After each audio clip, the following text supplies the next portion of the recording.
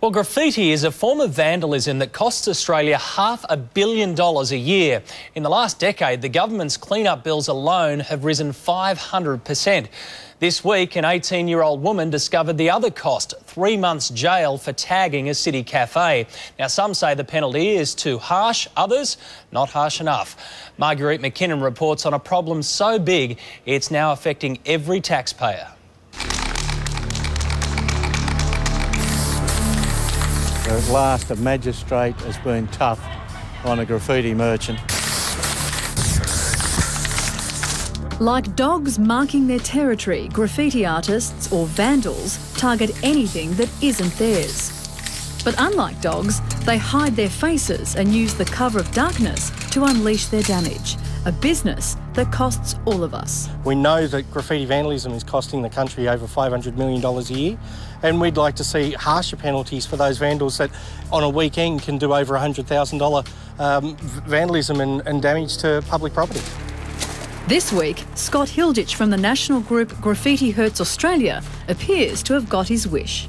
18-year-old Cheyenne Back was sentenced to 3 months jail after being caught on security tape graffitiing this city cafe. We're actually pleased that finally the magistrates and the courts are starting to get tough on these vandals. Get out!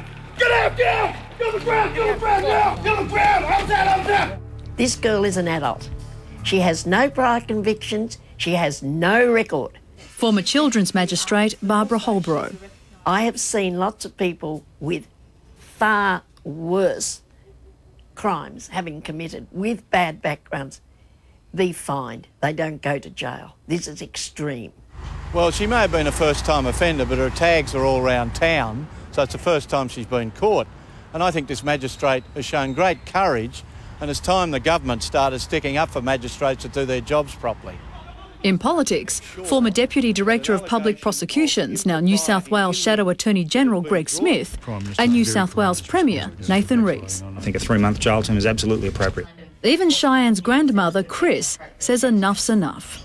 Well, a lot of these people are tagging don't like work. Work's a four-letter word. I would make them clock in and clock out and do jobs. And if they don't, then put them into jail. So you understand that you've committed offences here under the criminal code, criminal damage, possession of graffiti implements.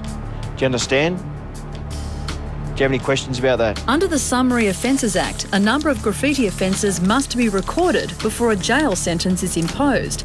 Cheyenne, however, was charged under the Crimes Act, which has no such restriction. Still, Cheyenne may never see the inside of a cell, out on bail, before an appeal. I don't think it warrants a jail term. What does it warrant? It warrants an alternative such as a fine or community work or getting rid of the graffiti herself, scrubbing it off. Last year, Today Tonight followed taggers leaving their mark on walls, trains, anything.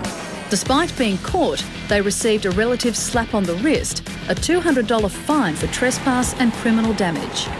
You clean a wall, I'll dirty it. You clean a train, I'll dirty that too. You're going to get sprayed.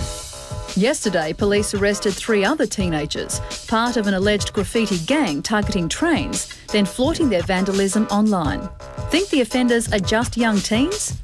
Think again. We've got people as 20s, 30s, 40s. We've even had people 43 before the courts in New South Wales that are undertaking graffiti vandalism. Even more surprising is their background. Most of them have high-powered jobs or high-paying jobs, whether it be from graphic design. Some are accountants. We know of one person that went before the courts that was actually a senior accountant for a firm. Under her professional name, Minigraph is a world-recognised graffiti artist. Even David Jones has commissioned her work. I have work in Melbourne, Sydney, Auckland, Brisbane, and I recently was in London and put a little bit of work up there, yeah. Have you ever been in trouble with the law for your work? No. Is that because you haven't been caught? I haven't been caught, no.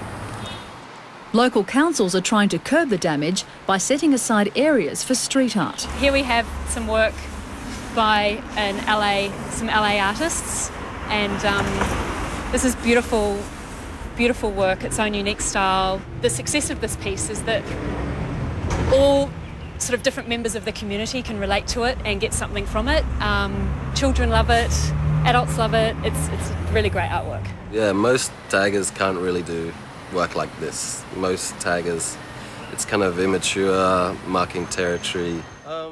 Sculptor and street artist Will Cole says, in the world of graffiti, there are codes. Those that can do graffiti and those that can't tag.